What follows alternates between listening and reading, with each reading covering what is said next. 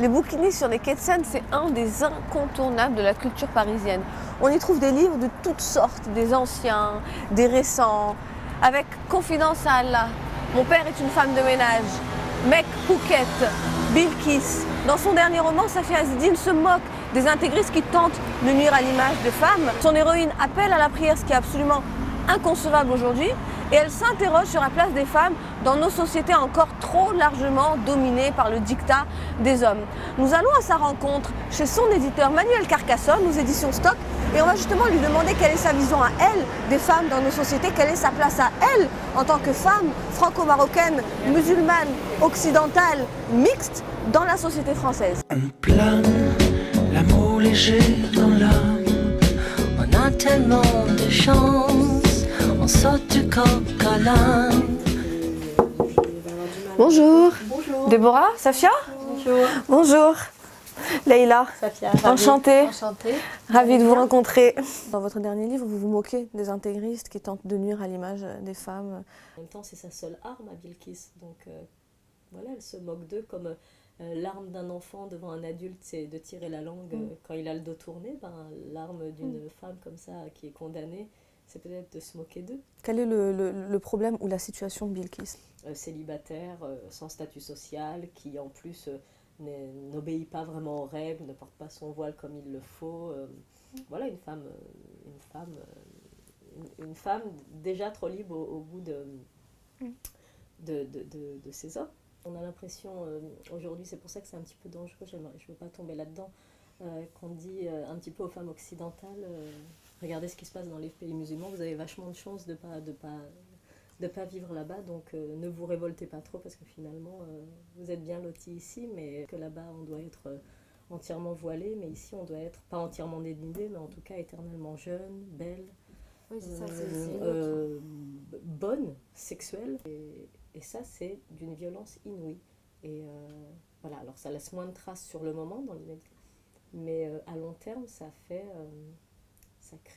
des femmes malheureuses, dépressives. C'est très violent parce qu'en effet, c'est déjà intégré. On peut être marocaine, française, laïque, républicaine, musulmane, tout ça en même temps ? L'islam est laïque, il n'y a pas de clergé en islam.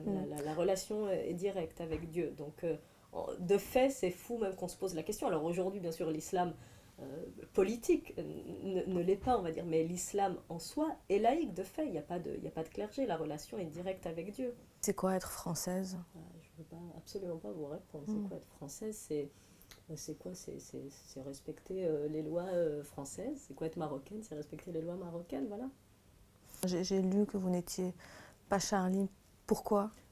Parce que j'ai trouvé que c'était trop réducteur, parce que j'étais quelqu'un qui ne lisait pas Charlie Hebdo avant, qui n'aimait pas Charlie Hebdo avant aussi, et donc j'allais pas me ruer sur Charlie Hebdo juste après. Ce que je veux dire, c'est que je veux pas que mon émotion guide mes actes. Et à côté de ça, je suis contente que Charlie Hebdo existe dans un pays comme la France, où on peut porter plainte si on n'est pas d'accord avec une caricature, c'est important. On peut aussi ne pas le lire et arrêter d'emmerder tout le monde. Est-ce que vous vous considérez musulmane ? Vous êtes musulmane ? Ça regarde personne.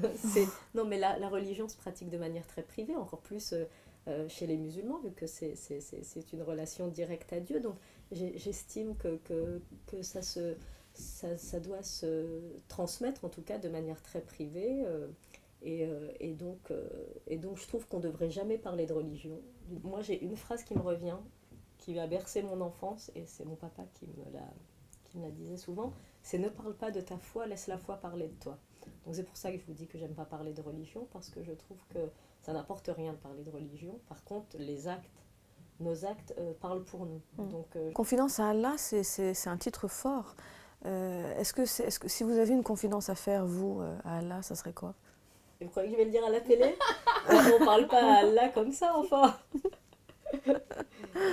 Non, si je devais lui dire quelque chose, je lui dirais plus ou moins ce que Bilkis lui dit. Oui, désolé, on aurait pu faire mieux tous, autant qu'on est.